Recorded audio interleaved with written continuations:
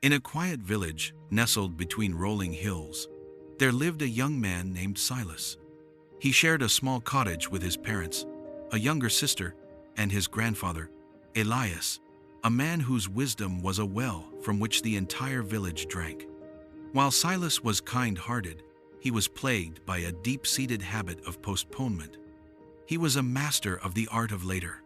A chore meant for the morning would be pushed to the afternoon's task to the evening, and the evening's duty to a tomorrow that never seemed to arrive.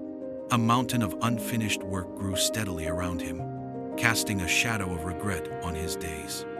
This habit followed him to his studies, where he perpetually lagged behind his peers. His father's stern words were like water off a duck's back. Finally, in quiet desperation, his father turned to Elias for guidance. The old man, observing his grandson, formulated a clever lesson. One afternoon, Elias called Silas over and placed a smooth, gray river stone in his hand. "Silas," he said, his voice low and serious, "this is no ordinary pebble. It possesses a rare magic. When you touch it to any piece of iron, that iron will transform into pure, shining gold." Silas's eyes widened. "I am giving this to you for a short while," the grandfather continued. "I must travel to the next town and will return as the sun sets tomorrow. Until then, you can create as much wealth as your heart desires. But remember," he added, his gaze firm, "you have only until sunset tomorrow, not a moment longer." A thrill shot through Silas. He clutched the stone, his mind racing with visions of a life free from work and worry. "I have so much time," he thought. His first challenge was to find iron. "The scrap merchant in the market will have plenty. I'll go first thing in the morning and buy a huge pile." With the day already turning to dusk, Silas decided his grand plan could wait. He enjoyed a hearty meal, his mind filled with daydreams of gold coins, and convinced himself that the real work should wait for the morning Sunday. He slept soundly, dreaming of riches. The next morning, he awoke to the smell of fresh bread. The thought of walking to the market suddenly felt like a chore. "There's the whole day ahead," he reasoned with himself. "A good meal is important for a long day's work."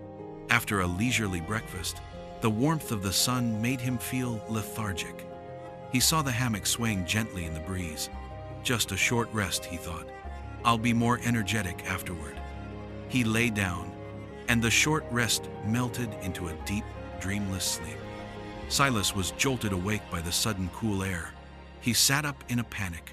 The sun was a fiery orange orb, already touching the horizon. Long shadows stretched across the yard like grasping fingers. He scrambled to his feet, his heart pounding, and sprinted for the door, the stone clutched in his sweaty palm. As he threw the door open, he stopped short.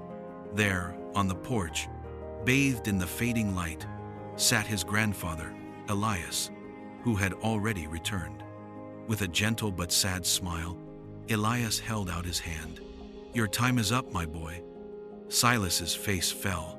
He pleaded, "Grandfather, please, just a little more time. Let me make just one small piece of gold." Elias shook his head slowly. "The stone held no power, Silas.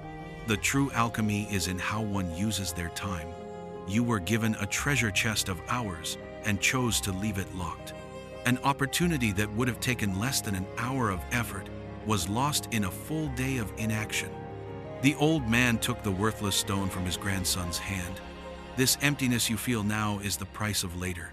Those who do not respect time will find that time offers them nothing in return." Silas stood silently, the weight of his grandfather's words pressing down on him. The lost gold wasn't the tragedy. It was the symbol of a much greater opportunity he had squandered through his own inaction.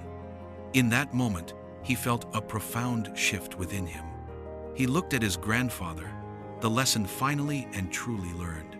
"I understand," he said, his voice quiet but firm. "From this day on, my tomorrows will begin today."